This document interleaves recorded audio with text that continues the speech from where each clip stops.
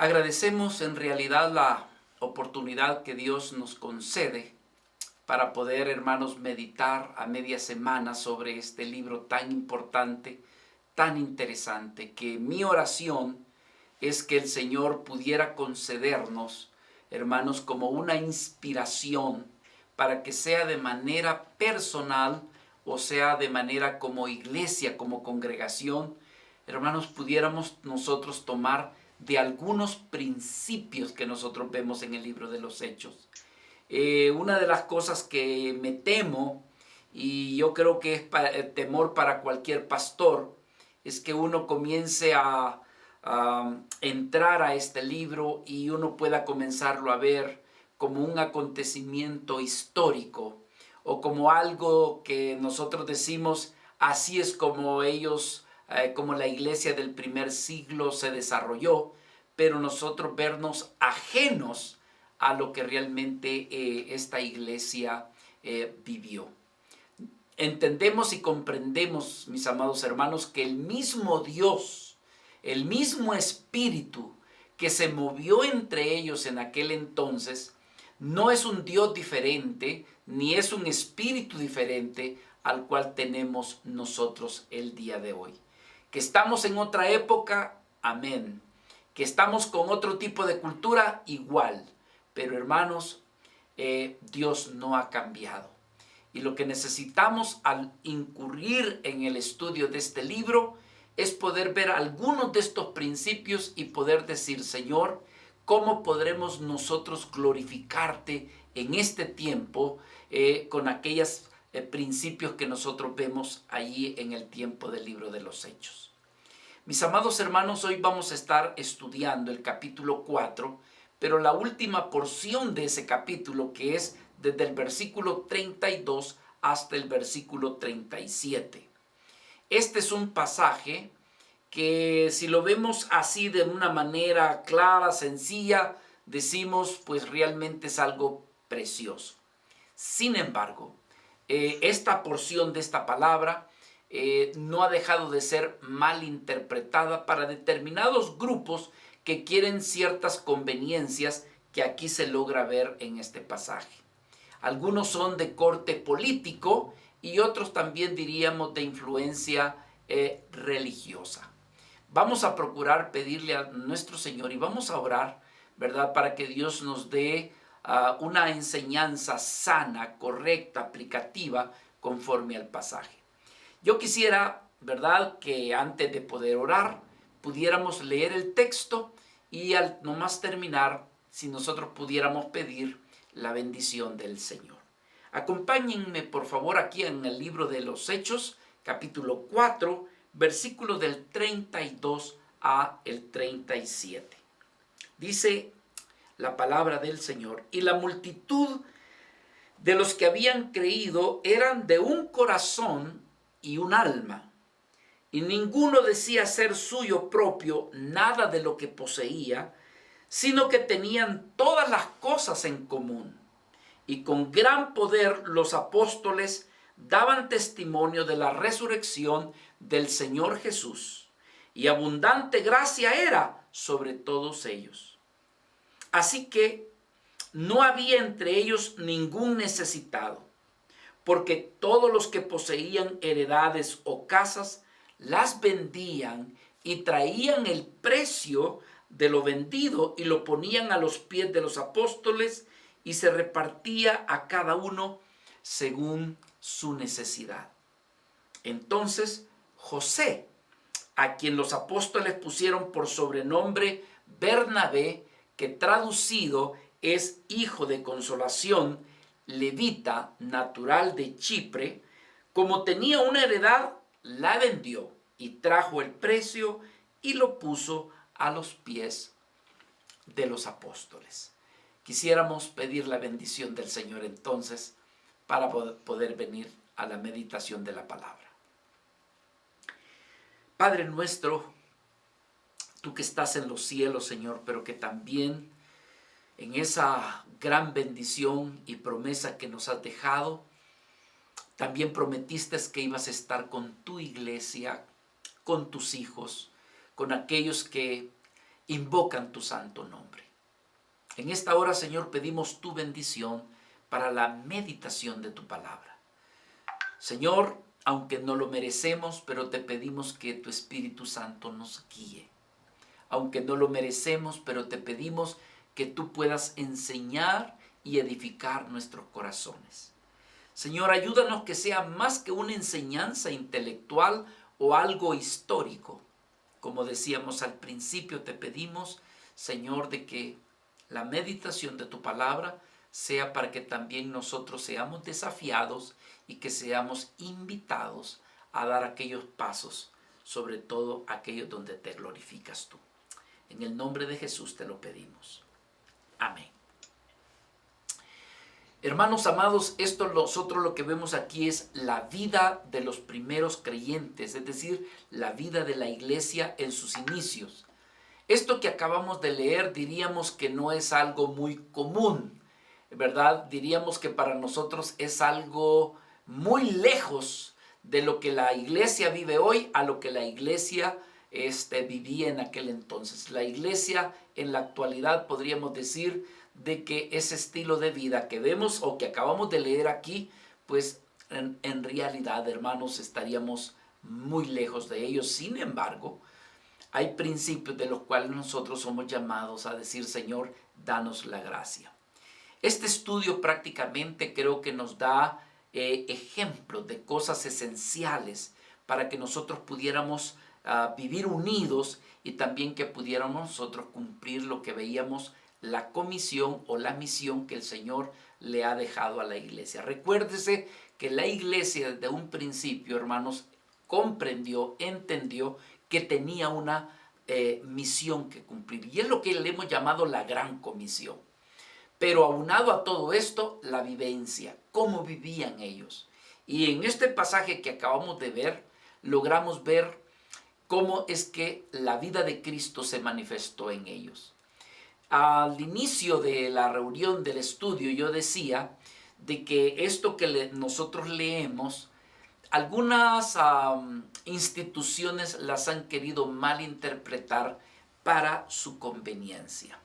Por ejemplo, ha existido, por ejemplo, instituciones políticas que con tal de poder llevar a cabo ciertos principios de índole social, de servicio social, agarran este pasaje o el pasaje que vemos allá en el capítulo 2, versículo 44, donde se logra ver estos principios de comunidad, estos principios de ayuda, que se logra ver como que son de ayuda social, y entonces ellos para poder ganar adeptos o para poder ganar simpatizantes, ellos dicen de que quieren ayudar a hacer una actividad social, así como Cristo o así como la iglesia se veía en el libro de los Hechos, y apuntan a esta porción del pasaje, ¿verdad? Que pareciera ser que es un grupo comunitario que lleva esto. O si no, instituciones religiosas que consideran que la salvación es por medio de las obras y han considerado que este es un ejemplo, ¿verdad?, de cómo es que las vidas hacían buenas obras y que por ende, pues también siendo ejemplo de buenas obras, eran ejemplo de vidas que eran salvas. Es decir, alguien como dice, poniendo la carreta por delante y el caballo por atrás. Nosotros entendemos que las buenas obras son aquellas oportunidades que Dios nos concede como ejemplo para lo que nosotros fuimos creados y formados.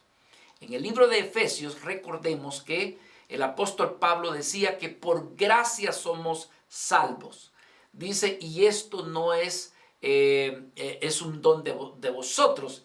Dice, es por gracia, es por fe y no por obras. Pero en el capítulo 2, en el versículo 10, el apóstol Pablo dice que fuimos creados para buenas obras. Es decir, aquellos que hemos conocido a Jesucristo como nuestro Salvador personal, sabemos que no son por nuestras buenas acciones o nuestras buenas obras por las que hemos alcanzado la salvación, sino que es por fe, es por gracia. Sin embargo, ahora que hemos creído en Jesucristo, tenemos el desafío por delante para ser hacedores de buenas obras. Habiendo dicho esto, hermanos, yo quisiera entonces introducirme con el favor del Señor al estudio del pasaje. Bueno, tres cosas que logramos ver del versículo 32 al versículo 37, si lo quisiéramos englobar. Número uno, era un pueblo que a la luz del versículo 32 dice que tenían un solo corazón, una sola alma. Y lo segundo es que se dice que daban testimonio, los apóstoles, pero también los creyentes, daban testimonio de la vida resucitada de nuestro Señor Jesucristo. Lo vemos a partir del versículo 33 en adelante. Y lo otro es que también vemos que en esta comunidad, en esta iglesia, tenían cuidado de todas las necesidades. En otras palabras, dice el pasaje que nadie tenía necesidad de nada. Tenían lo suficiente y nadie perecía de nada. Ahora, yo quiero que usted tenga un contexto de dónde y con quiénes estaban para que se dijeran estas palabras. Bueno, el resultado de la sanidad del cojo, se dice que allí se convirtieron 5,000 personas. Estamos hablando de una buena cantidad de personas. Pero no pasemos por alto que antes de estos 5,000 se habían convertido 3,000 cuando el Espíritu Santo fue derramado allí en Jerusalén. Entonces estamos hablando de prácticamente un aproximado de unas 8,000 personas. Entonces la pregunta aquí sería, bueno, ¿y cómo es que esta gran congregación logró manifestarse o que diera testimonio de que eran una sola alma, de que eran un solo corazón? En el versículo 32 dice, y la multitud de los que habían creído, fíjese, está hablando de multitud, eran de un corazón y de una alma. En el original, en el griego, al poner en orden la frase, prácticamente lo que está diciendo en el original era que ellos eran de el corazón y el alma eran uno solo. Es decir que todo su ser, el de las personas, eran uno solo como lo de los demás creyentes. Pero cuando hablamos de uno solo, ¿a qué se refiere? Bueno, hermanos, estamos hablando de algo tan necesario en la iglesia de hoy en día. Y imagínense 8,000. Dejémoslo por ahí por los 5,000. ¿Qué le parece? Porque alguien diría, 5,000, no. Muchos decimos 8,000. Pero se dicen que era un solo corazón. Era una sola alma. Pero la pregunta, ¿en qué sentido es que ellos eran uno solo? Bueno, había unidad, hermanos, unidad de pensamiento, unidad de fe. Se podría decir de que entre ellos había algo tan hermoso que se necesita hoy en las iglesias. Por un lado se necesita la unidad, pero por otro lado también se necesita armonía, que todo armonice, hermano, que todo pueda fluir y que no haya ninguna desarmonía o ningún desacuerdo, porque esto era lo que sucedía. Era una congregación que era un solo acuerdo. Prácticamente lo que allí predominaba entre ellos era el amor de nuestro Señor Jesucristo.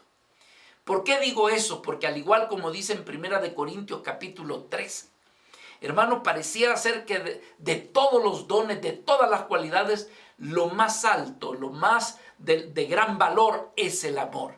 Y es que donde está el amor, allí hay unidad. Es que donde está el amor, allí hay armonía. Es que donde está el amor, hay acuerdos. Cuando no hay amor, no hay acuerdo, no hay armonía y tampoco hay unidad. Entonces decimos, hermano, eso era lo que estaba en aquel entonces, ¿verdad? Ahora, ¿cómo era esto posible que se llevara a cabo?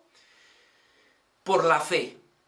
Ellos habían creído verdaderamente en la persona de nuestro Señor Jesucristo. Y cuando yo uso el término verdadero, es porque nosotros podemos creer en Jesucristo. pero no es una fe entera, íntegra, sino que muchas veces es una fe con reservas. Es decir, como que no entregamos todo el corazón a Cristo, como que en medio se lo entregamos. O se lo entregamos por un tiempo y de ahí lo recogemos de nuevo para nuestros intereses. Estas vidas, hermanos, realmente se habían convertido de todo corazón a nuestro Señor Jesucristo. Ellos creían verdaderamente que, imagínense, hermanos, las personas viviendo, sabiendo que habían pecado, viviendo con la incertidumbre que cuando se muriera, ¿qué pasaría si sus pecados alcanzarían a haberse pagado con el cordero que se llevó al templo? ¿Qué pasaría si ellos murieran en pecado? Entonces quiere decir de que más de alguno vivía hasta en incertidumbre y que de repente aparece nuestro gran Salvador, aleluya, nuestro Señor Jesucristo, diciendo que Él ha venido para acabar y terminar con el pecado del mundo. Aleluya, qué gran liberación podrían decir ellos. Entonces hemos encontrado la respuesta a nuestro pecado, y es que al creer en Jesucristo todos nuestros pecados han sido perdonados. Entonces creemos que este pueblo estaba unido, tenía amor a nuestro Señor Jesucristo, al saber, hermanos, que Cristo había muerto verdaderamente por todos sus pecados. Pero que no solamente había muerto, sino que también Dios con poder le había resucitado. Recordemos lo que habíamos dicho antes, que si hay algo que le da fundamentos, que si hay algo es una columna fuerte para la fe cristiana, es hablar y decir de que Jesucristo, nuestro Señor, ha resucitado. Mis amados hermanos, en la resurrección de Cristo hay poder. Y esto era predicado y por supuesto esto les daba a ellos como decir, si Cristo ha resucitado, Él ha vencido la muerte y por lo tanto también habrá de ser de bendición para los que creen en Él. Ellos, hermanos, eran testigos cuando los apóstoles le dijeron, Cristo no solamente murió, resucitó, pero también ascendió y ahora está sentado a la diestra del Padre, desde donde Él intercede por todos nosotros. Pero aparte de esto, hermanos, que ellos creían en esto, también llegaron a creer y aceptar de manera contundente que ellos tenían un deber, una comisión. Debían de estar unidos para llevar a cabo esa comisión, como la es de anunciar el Evangelio de nuestro Señor Jesucristo, como lo era el de ir por todo el mundo y predicar la salvación de nuestro Señor. Así que ellos, hermanos, esta primera iglesia del primer siglo, verdaderamente era una iglesia que había tomado en serio las cosas del Señor. No era una religión que habían cambiado del judaísmo para ahora convertirse al cristianismo. No, en ellos pesaba la fe. En ellos realmente había una obra dinámica en sus mentes y en sus corazones.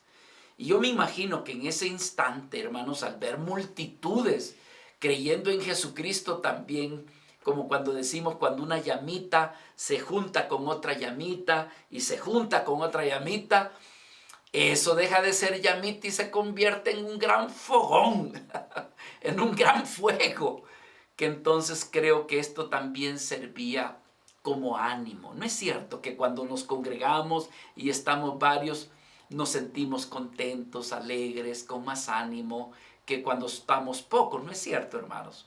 Imagínense ellos 8,000. Cobraban ánimo, cobraban fuerza y la fe de ellos pues era una fe que realmente se veía una fe dinámica. Lo otro, hermanos, es que ellos creemos que estaba bien fresco el mandamiento de el amarse los unos con los otros. Esta es la razón de por qué también estaban unidos.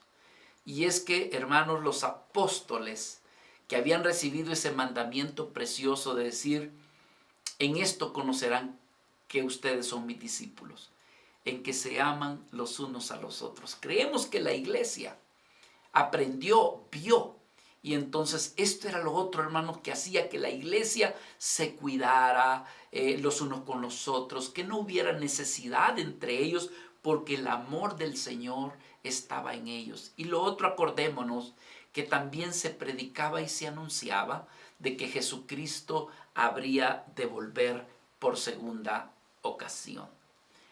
Recordemos, hermanos, que pues la iglesia de aquel entonces, nuestro Señor, cuando se le preguntó, bueno, ¿y cuándo es que vas a regresar por segunda vez? ¿Cuándo es que vendrás a restaurar el reino? Pues el Señor no les dijo, hermanos. Él les dijo de que iba a regresar por segunda vez, pero no les dijo cuándo.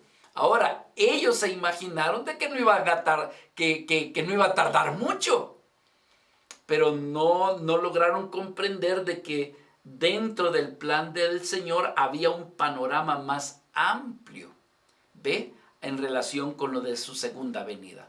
Sin embargo, hermanos, esto era un motivo también para que ellos se vieran militantes. Lo hermoso de todo esto, ¿saben qué es, hermanos? Es que acababan de ser amenazados y nada, ni siquiera ni las amenazas ni la persecución los detenía como para que ellos continuaran proclamando la palabra de Dios, el evangelio de nuestro Señor Jesucristo. Ninguna amenaza los detuvo para que la comisión de predicar, de ganar almas para Cristo, aquello continuara. Esto, diría yo, debería de ser un incentivo para nosotros. Porque hay veces, hermano, a nosotros nos detienen cosas. Nos detienen el que una persona nos rechace.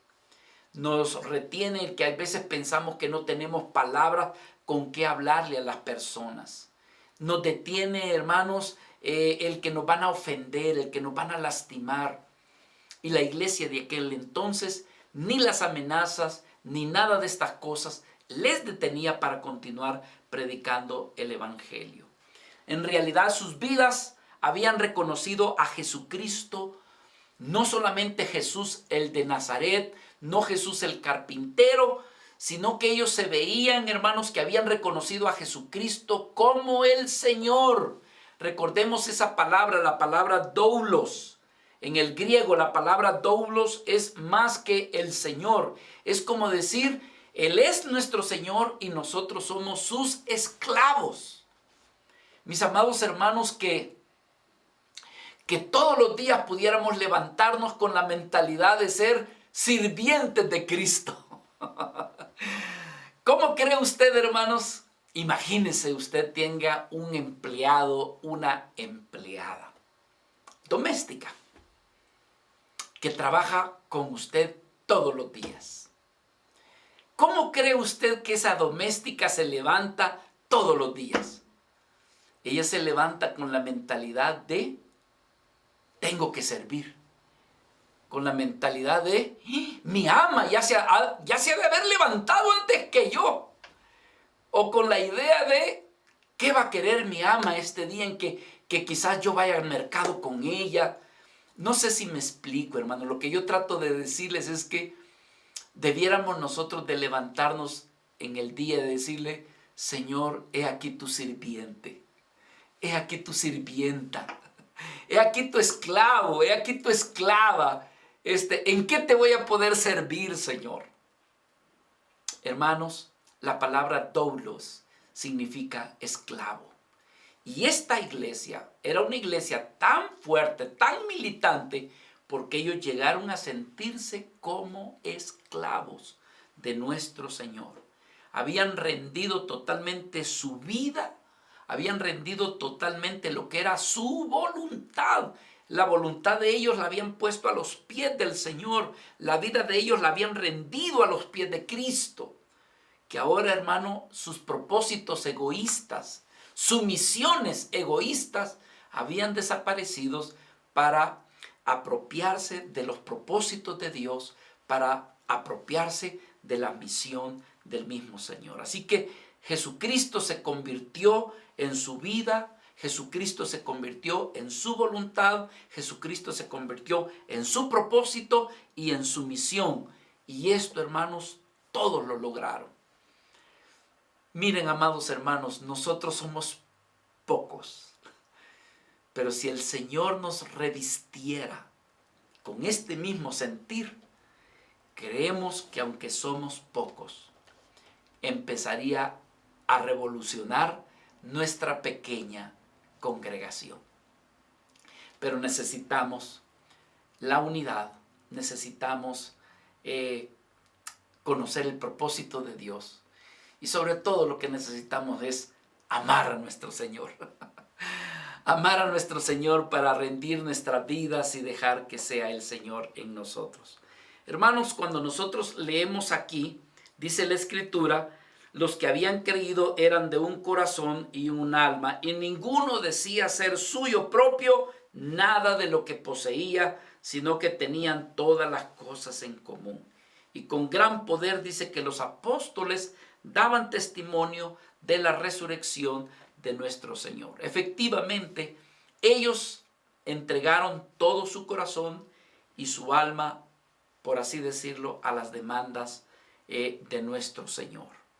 Es decir, ellos, hermanos, prácticamente llegaron a amarse tanto los unos a los otros, que creo que en ese amor es que había esa fortaleza y esa unidad. Esto me recuerda esa palabra de nuestro Señor Jesucristo en el Evangelio de Juan, en el capítulo 13 y en el versículo 34, cuando el Señor les había dejado un mandamiento. Y estamos hablando, hermano, de que esto estaba fresco, el tiempo que Jesús estuvo con los discípulos. Pero dijo: un mandamiento nuevo os doy, que os améis unos a otros como yo os he amado. Sí, decía el Señor, que os améis unos a otros. Es más, en esto conocerán todos que son mis discípulos, si ustedes tienen amor los unos con los otros. Así que, hermanos, es de comprender que estas vidas estaban ejercitando ese amor, en primer lugar para con nuestro Señor Jesucristo, y en segundo lugar también para con los hermanos. Así que nosotros debemos de comprender que los primeros creyentes, ellos, hermanos, ellos no insistían en tanto de poseer tantas propiedades o poseer propiedades.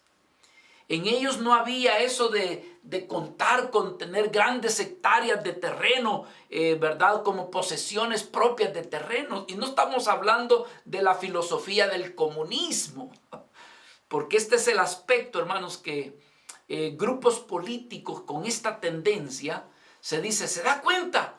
Jesucristo era comunista. Vendían las cosas y de nadie era de nada porque todo se repartía por igual. No, hermano, ya vamos a ver, darnos por delante donde el Señor respeta el aspecto de la propiedad. Esto era como una consecuencia de un amor, de un avivamiento del Espíritu. No era algo que se establecía, que los apóstoles establecían y que tenían que hacerlo. No, hermano, eso salía de manera voluntaria. Los creyentes, ellos no se andaban vanagloriando tampoco de las casas o de las posesiones que ellos tenían. Lo que estamos viendo en este pasaje es que ellos comenzaron a perder su fe y su confianza en las riquezas. Su meta no era andar acumulando ni almacenando cantidad de bienes materiales. No, hermanos, ellos no andaban allí con que voy a comprar aquí, voy a invertir por allá. No, ellos se dieron cuenta prácticamente que si tenían lo necesario, ellos velaban según el orden establecido por Dios. Ellos velaban primeramente por las necesidades de su familia, de sus hijos, de su esposa. Y entonces cuando ellos veían que realmente, hermanos, aquello pues les sobraba y que no lo iban a necesitar, pues como vemos aquí en las Escrituras, prácticamente que vendían, o si lo tenían, lo traían a los pies de los apóstoles para que ellos realmente administraran esos bienes. ¿Verdad? Lo que estamos viendo es que no era una iglesia materialista, pero tampoco estamos diciendo de que se les obligaba a que ellos vendieran. No, no era así. Dice aquí en el capítulo 2, versículo 44 de Hechos, que es un pasaje, diríamos, casi paralelo.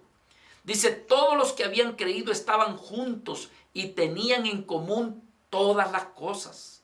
Y dice en el versículo 45, y vendían sus propiedades y sus bienes y los repartían a todos según las necesidades de cada uno. Nada dice la Escritura de que los apóstoles obligaban a los hermanos a que vendieran las cosas. No aparece en ningún pasaje que se diga que así lo hacían. Esto era como una consecuencia de un derramamiento del Espíritu de Dios en sus vidas, que las vidas se desprendían de lo material y eran vidas generosas.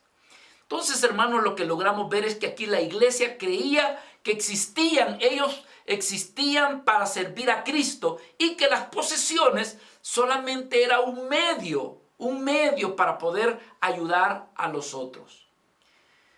Lo que sí parece ser es que ellos, hermanos, satisfacían primeramente las necesidades de su familia.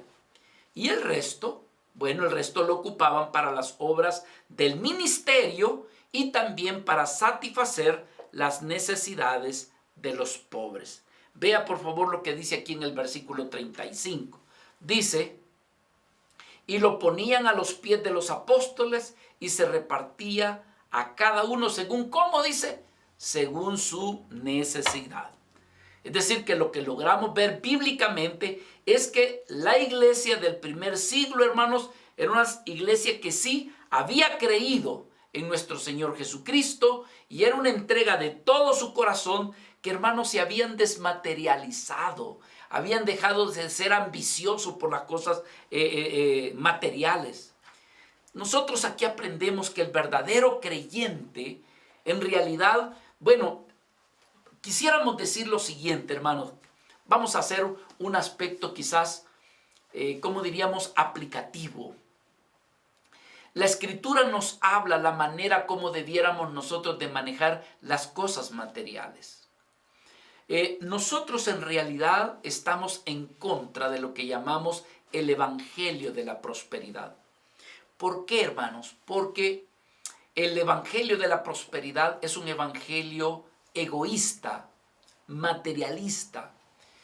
Es un evangelio, hermanos, donde se busca a Dios, pero para obtener algún beneficio egoísta, personal, como dice ahí en Santiago. Y lo que nosotros encontramos, hermanos, que como decía el apóstol Pablo, que el reino de Dios no es bebida ni comida. No estamos hablando donde la centralidad son las cosas materiales. Damos gracias a Dios por las cosas materiales que nos ayudan para desarrollar o para vivir para los propósitos de nuestro Señor Jesucristo. Pero la Biblia nos habla de cómo debiéramos nosotros de tratar las cosas materiales. Por ejemplo, en el libro de Efesios capítulo 4, versículo 28, se nos habla cuando dice, el que robaba, dice, esa persona hoy que se ha hecho creyente, que ya no robe, sino que trabaje. Y decía, y haciendo con sus manos lo que es bueno. ¿Pero para qué? Dice, para que tenga con qué compartir a los que padecen de necesidad. Imagínense, anula la vida egoísta. Anula decir, que vas a hacer dinero porque te vas a comprar tu terreno. No, espérate. Dice, trabaja para que tú tengas con qué compartir al que tiene necesidad. Es decir, que de lo que tú trabajas, tú puedes apartar para aquellos que tienen ¿qué? Necesidad.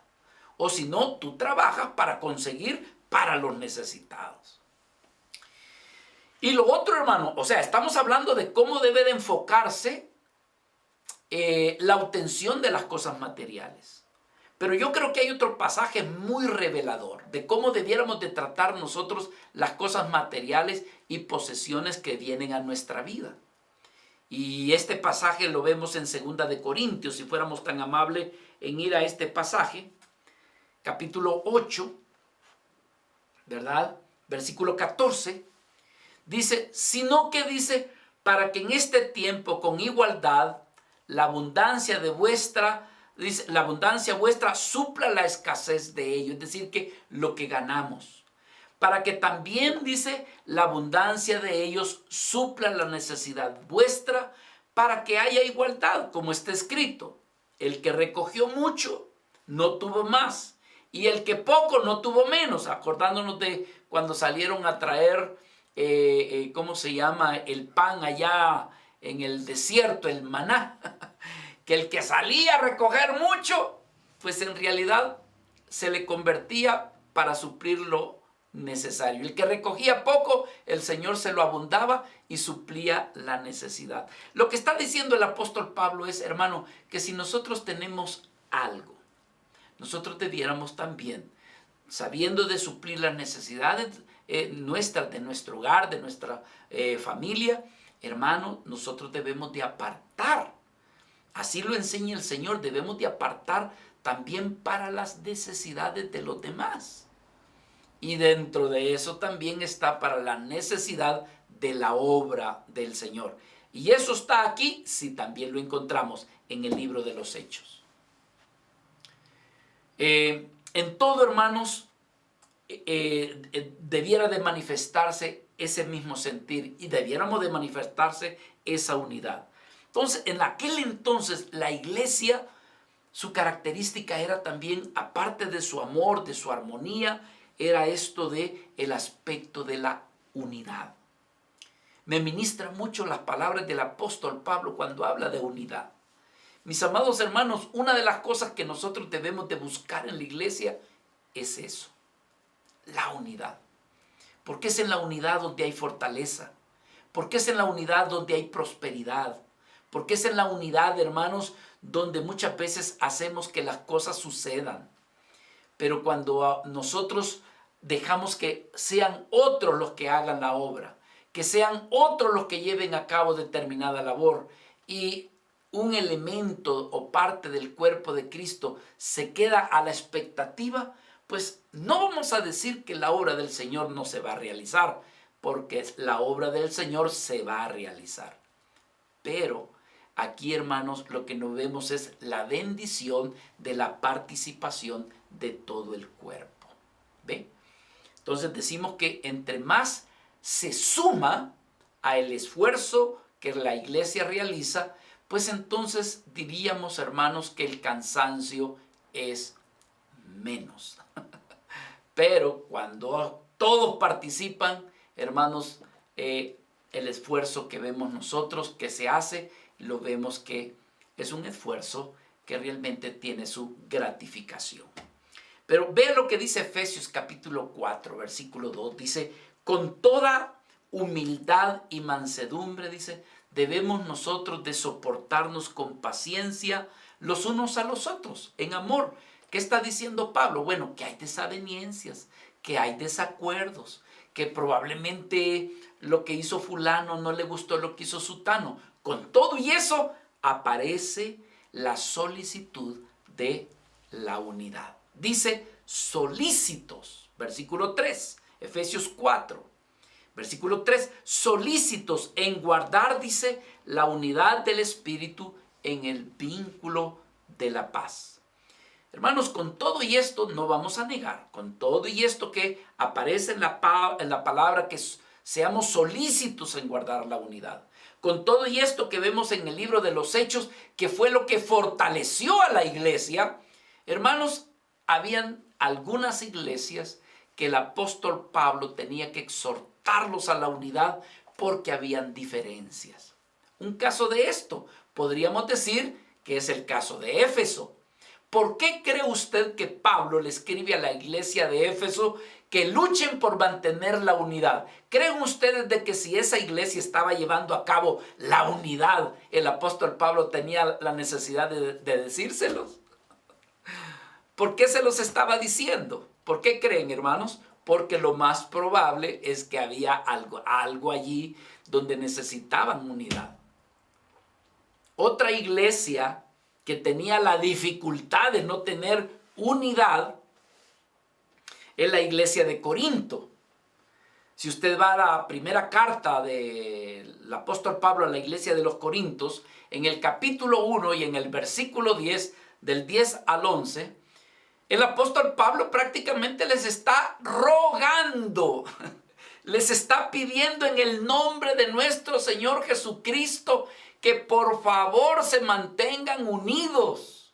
que dejen de estar pensando uno de una forma y el otro de otra cosa, pensando en otra cosa, o que uno hablando de una forma y el otro hablando de otra cosa. No, decía Pablo, mi deseo es que ustedes estén perfectamente unidos en una misma mente y en un mismo parecer.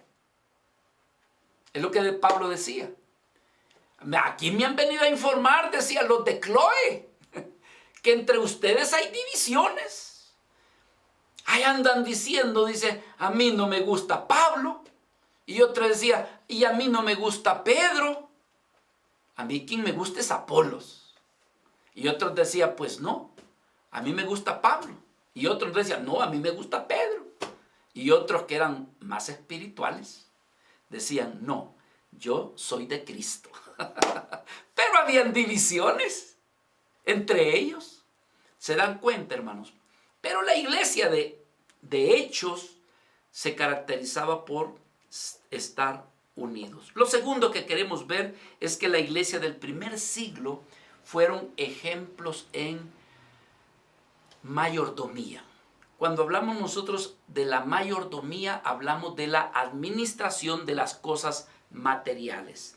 Versículo 35, versículo 34. Así que no había entre ellos ningún necesitado, porque todos los que poseían heredades o casas las vendían, fíjese, en plural. Dice heredades, casas. No sé si me capta. Está hablando en plural. Las vendían y traían el precio de lo vendido y lo ponían a los pies de los apóstoles y se repartía cada uno según sus necesidades. Decimos esto porque alguien dice, bueno, ¿y si vendían sus casas? ¿Y dónde se quedaban ellos entonces a dormir? ¿Dónde dormían? ¿Habrá existido algún gran mesón para hospedar a 8,000? No, hermanos, se entienden que habían personas que tenían 1, 2, 3 casas o terrenos. Es decir, que les sobraba, pues, o más bien ya no los iban a ocupar. Entonces ellos se quedaban con lo que podían albergar a su familia o tal vez a alguien que lo necesitaba. Pero si tenía algo, decía yo, ¿para qué voy a tener esto? Que sirva mejor para la obra del Señor o para los necesitados. Y entonces lo que hicieron es que traían todas estas cosas, el dinero con los que se vendía, lo traían a los pies de los apóstoles para que los apóstoles lo repartieran. ¿Ve? Ahora, eso no quiere decir de que usted puede de manera voluntaria, generosa, repartirlo usted. ¿Ve? Pero aquí, hermanos, había una, ¿cómo le llamaríamos? Una fe de integridad que los apóstoles habrían de ser ellos los que más administraran estos bienes.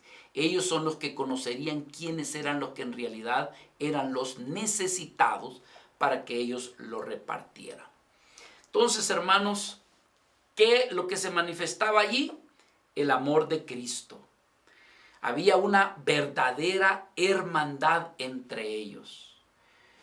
Es decir, hermanos, el amor del Señor predominaba entre ellos. Como dice allá primera de Juan 3, capítulo 3, versículo 16, dice que en esto hemos conocido el amor.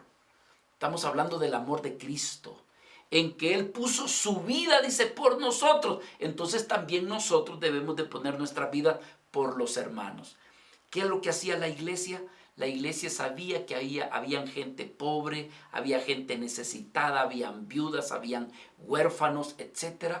Y que se habían convertido a Jesucristo. Entonces lo que tenían, hermano, decía, es parte de nuestra muestra de nuestro amor a nuestros hermanos. Yo quiero ver con usted, hermanos, rápidamente ya para terminar, 4 hechos, 4 cosas que logramos ver desde el versículo 35 hasta el versículo 37. Es decir, esta iglesia del primer siglo han venido a ser para nosotros un ejemplo.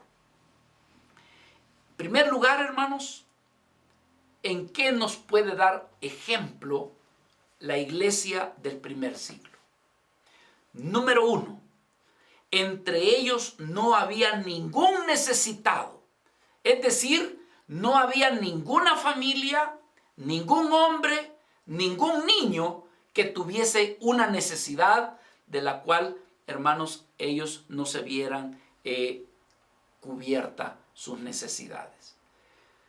¿Por qué razón?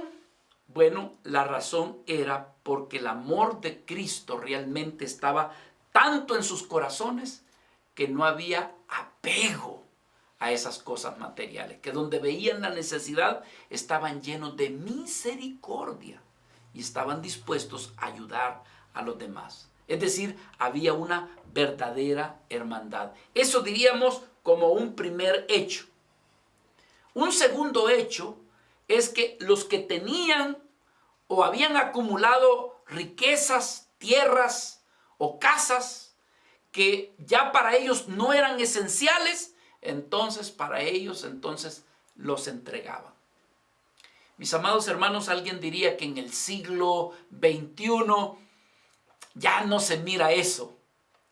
Yo he tenido el privilegio de conocer hermanos en Cristo, adinerados hermanos, que Dios los ha bendecido en lo económico. Verlos que sus empresas las han puesto con la disposición de ayudar a la gente pobre y también a la obra de Cristo. Mi esposa y yo conocemos un hermano en Guatemala. Un hermano en Guatemala que tiene una refinería de aceites, una empresa grande. Estamos hablando de un hermano millonario, pero que él no se da la manifestación de que es millonario. Tiene su camioneta, tiene una bonita casa, pero parte de su dinero, hermano, lo invierte en orfanatorios. Tiene un orfanatorio para niños y un orfanatorio para niñas. Hay veces cuando hemos pasado por Guatemala, el hermano nos recibe y hemos ido a dormir allí a ese lugar. Pero aparte de esto, un apoyo a la obra del Señor.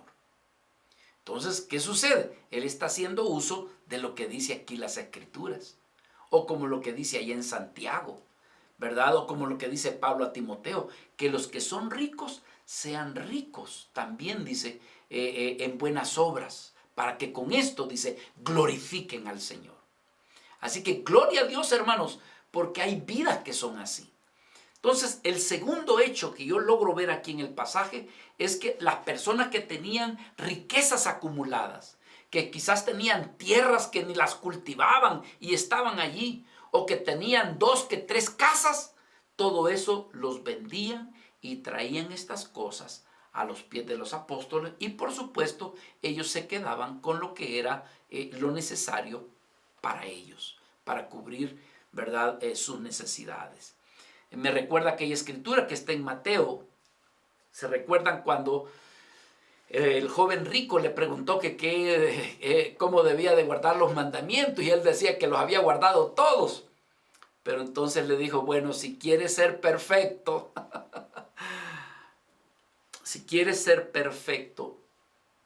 anda y vende lo que tienes y dáselo a los pobres y tendrás tesoros en el cielo. Mateo capítulo 19, versículo 21.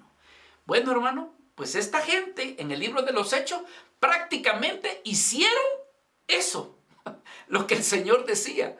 Es decir, ellos se sujetaron a las palabras del Señor, vendieron todo.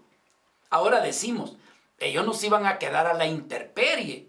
No, hermano, decimos que ellos estaban cubriendo lo necesario, pero aquellas cosas que realmente ya no las iban a ocupar, entonces ellos los ponían a los pies de los apóstoles. Lo tercero que vemos aquí, el tercer aspecto que vemos desde el versículo 35 al 37, es que los que estaban necesitados, ellos recibieron aquello solamente de lo que ellos estaban necesitados. Es decir, recibieron lo que ellos necesitaban, no más. ¿Ve? Entonces, la cuestión que el pasaje nos habla es que ninguno tenía necesidades. Esa es la palabra clave. Entonces lo tercero es que los necesitados recibieron solamente lo que necesitaban. Hermanos amados, en aquel entonces como hoy en día, ¿verdad? Hay gente necesitada en nuestra iglesia. Y esa es otra de las preguntas. ¿A quiénes estaba dirigido la ayuda? Si estaba dirigido a todo Jerusalén o a aquellos que habían creído. Creo que en las Escrituras tenemos principios claros. Cuando nos dice que nosotros debemos de ayudarles a todos. A todos. La ayuda debe de ser a todos. Pero dice la palabra, primeramente, a los que son, como dice la Escritura, los de la familia de la fe. O sea, primeramente hacia allí, pero también para los demás. ¿Ve? Entonces, en nuestras iglesias, hermanos, hay gente anciana, están enfermitos, mucha gente que se siente afligidos. Hay veces que en nuestras iglesias hay desempleados o vidas, hermanos, que son huérfanos, viudas. Otros son divorciados, cada quien según su necesidad, vidas quebrantadas de su corazón. La iglesia, los pastores, los líderes o la congregación, hermanos, que va a ser una expresión de amor, porque hay veces, hermanos, que todas estas necesidades las sobrecarga o las pone solamente en la vida del pastor. Es decir, que el pastor es el que debe de cubrir todas esas necesidades, olvidándonos que la iglesia es el cuerpo de Cristo y que también debe de actuar de manera personal en ayudar a los necesitados. Recuerdo yo hace años, hermano, en el terremoto del 85, 86, ya se me fue la cuenta, allá en El Salvador, unos jovencitos, hermano, parece ser que los papás trabajaban en un hotel, creo que el hotel Sheraton, algo por así, y resulta que se desplomó el hotel y estas vidas, hermano, dos jovencitos quedaron huérfanos. ¿Qué se hizo? La iglesia, hermano. Nosotros, los que estábamos en la iglesia, sabíamos de estas vidas y los apoyamos hasta que llegaron a la universidad. Bueno, en el colegio se les dio beca, pero no solamente beca, se les cuidó a ellos. Hermanos, nosotros en las iglesias hemos tenido vidas que se han quedado sin trabajo y cuando nosotros nos damos cuenta que ellos no tienen recursos de dónde tomar, entonces nosotros les tenemos apoyos a ellos hasta donde Dios nos da la fuerza, la capacidad, pero en nuestra iglesia no se puede decir de que alguien quedó sin trabajo y que solicitó apoyo y que no se le apoyó. No, hermanos, lo hemos hecho. ¿Ve? Hay otras vidas que me dicen, no, hermano, mire, me he quedado sin trabajo, pero tengo recursos de este lado. Y ellos mismos nos dicen que nos detengamos y lo usamos para otras cosas. Tenemos ancianos, en fin, hermanos, pero la iglesia es llamada a ayudar a los propios de la iglesia. ¿Ve?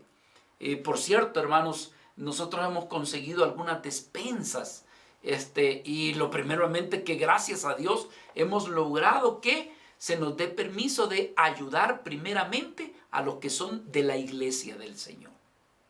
Así que cuando alguien de nuestros hermanos solicita algo, está allí, aunque la ayuda va extensiva a los demás. Pero el cuarto hecho, y con esto terminamos, es, hermanos, el ejemplo de una vida que llegó a ser como un líder. No se le reconoce a él dentro del liderazgo de los 120 o mucho menos de los 12. Pero más adelante, hermanos, esta vida vino a ser realmente casi como un líder y una gran y enorme bendición para la iglesia. Y nos referimos a Bernabé. Bernabé, en el versículo 37, 36 dice, entonces José, a quien los apóstoles pusieron por sobrenombre Bernabé, que traducido es hijo de consolación, levita, natural de Chipre, como tenía una heredad, la vendió y trajo el precio y lo puso a los pies de los apóstoles. Entonces, el cuarto ejemplo que aprendemos, un líder dio el ejemplo. Es decir, hermanos, esta vida se quedó con lo que él necesitaba nada más. Y todo lo que más sobraba, lo trajo a los pies de los apóstoles. Bernabé, hermanos, fue una enorme bendición para la iglesia. Creo que vale la pena que un día estudiemos la biografía de quién fue Bernabé. Bernabé, hermanos, fue el puente que Dios usó para traer al apóstol Pablo y que la iglesia de Jerusalén pudiera recibir al apóstol Pablo. Pudiéramos decir que Bernabé, hermanos, fue ese lazo de amor y de amistad entre Pablo para que, hermanos, la iglesia le perdiera el temor, porque nadie se le quería acercar a Pablo porque había perseguido a la iglesia. Y Bernabé, hermano, fue el medio. Se le conoce como el consolador o como el exhortador. Bernabé, hermanos, una vida ejemplar. Aquí lo vemos precisamente dándole ejemplo a los que pudieran ser líderes, en que ellos mismos también son llamados a dar y ser el ejemplo en cuestión de dar. Mis amados hermanos, podríamos concluir y decir: Señor, ayúdame a ser desprendido, a ser desprendida de lo que yo tengo. Y ayúdame a ver quién lo pudiera necesitar, primeramente dentro de la iglesia. ¿Quién pudiera ser favorecido, favorecida de estas cosas que yo tengo? Y hermano, que cuando alguien nos pida ayuda, nosotros no cuestionemos, sino que nos esforcemos hasta donde Dios nos dé la gracia en favorecer y en ayudar a aquellos hermanos que están débiles económicamente o que se miran, hermanos, desprotegidos, que usted y yo lleguemos a ser instrumentos de apoyo y de ayuda. Que esas personas sean bendecidas, pero por encima de todo, que nuestro Padre Celestial sea glorificado. Dice que aquel que le da al pobre es como que si le prestara a Dios. Y Dios nos lo regresa, hermanos. Qué gran enseñanza, ¿verdad?, la que aprendemos de esta iglesia del primer siglo. Una iglesia, hermanos, que realmente fue una iglesia unida, pero una iglesia que también, hermanos, no solamente unida, sino que expresaba el amor de Cristo. Que Dios así nos bendiga. Que seamos de bendición a los demás, ayudándoles también en sus necesidades.